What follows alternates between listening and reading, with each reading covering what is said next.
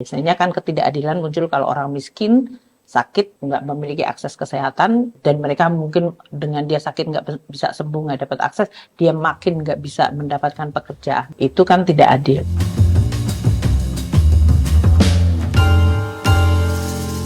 Saya mau nanya ke Ibu tentang sektor kesehatan kali ini. Kita udah belajar banyak ketika pandemi COVID-19, Bu ya. COVID, betul. Banyak sekali yang kita pelajari, banyak sekali yang dijadikan benchmark untuk hal tersebut gitu.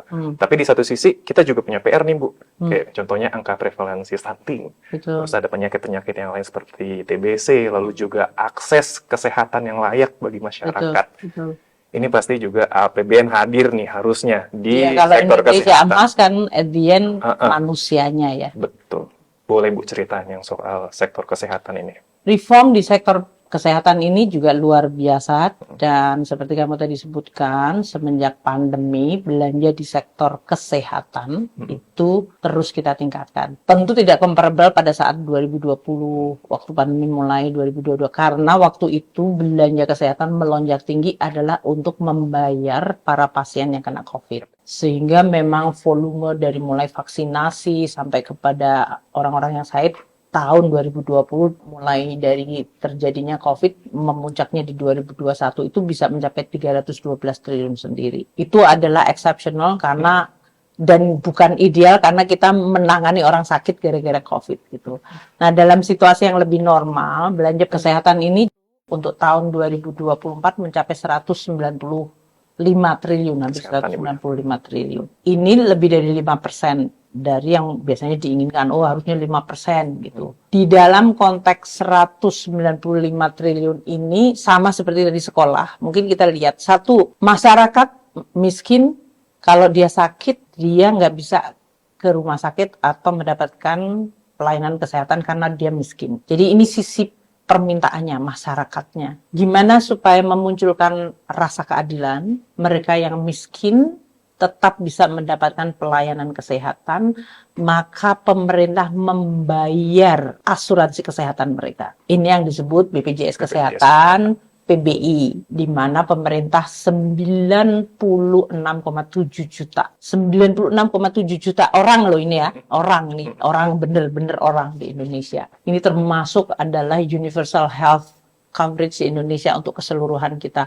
Itu terbesar karena kita kan Indonesia dengan penduduk populasi terbesar. Nah, 96,7 juta masyarakat kita yang belum mampu ini, yang masih rentan, miskin, itu pemerintah membayar asuransinya dengan 46,1 triliun sendiri. 46 triliun untuk agar orang-orang miskin yang memegang BPJS Kesehatan tanpa dia membayar iuran apapun, waktu dia sakit dia bisa pergi entah dari mulai puskesmas, rumah sakit dan yang lain-lain.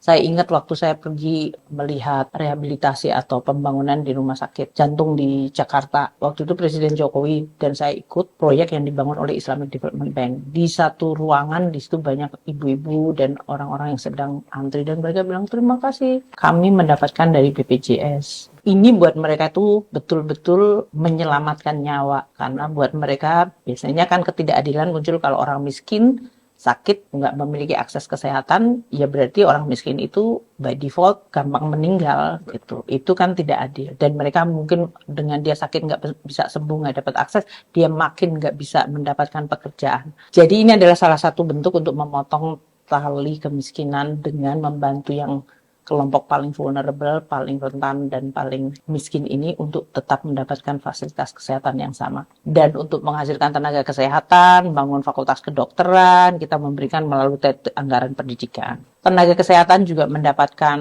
honorarium atau gaji atau pendapatan yang berasal dari APBN, termasuk mereka yang bekerja di tempat yang paling terpencil. Itu sekali lagi APBN membawa apa yang disebut misi keadilan. Yang miskin tadi dibantu, yang berada di tempat terpencil kalau mereka bertugas kita berikan tambahan. Jadi nakes ada 5.800 lebih yang di tempat-tempat terpencil itu kita berikan tambahan honorariumnya hingga mencapai 27 miliar. Untuk generasi yang akan datang, ibu-ibu hamil, pemeriksaan melalui BKKBN, tadi disebutkan stunting, ini juga memberikan pemeriksaan obat, sampel, dan juga alat-alat obat, serta alat-alat kesehatan. Jadi kalau saya lihat dalam hal ini, kita terus meningkatkan kualitas SDM melalui tadi pendidikan dan kesehatan, baik ini untuk masyarakat yang terutama tidak mampu yang perlu dibantu, ibu-ibu yang hamil yang membutuhkan tidak hanya edukasi tapi juga gizi tambahan, BKKBN. Dalam hal ini kita memberikan 12,8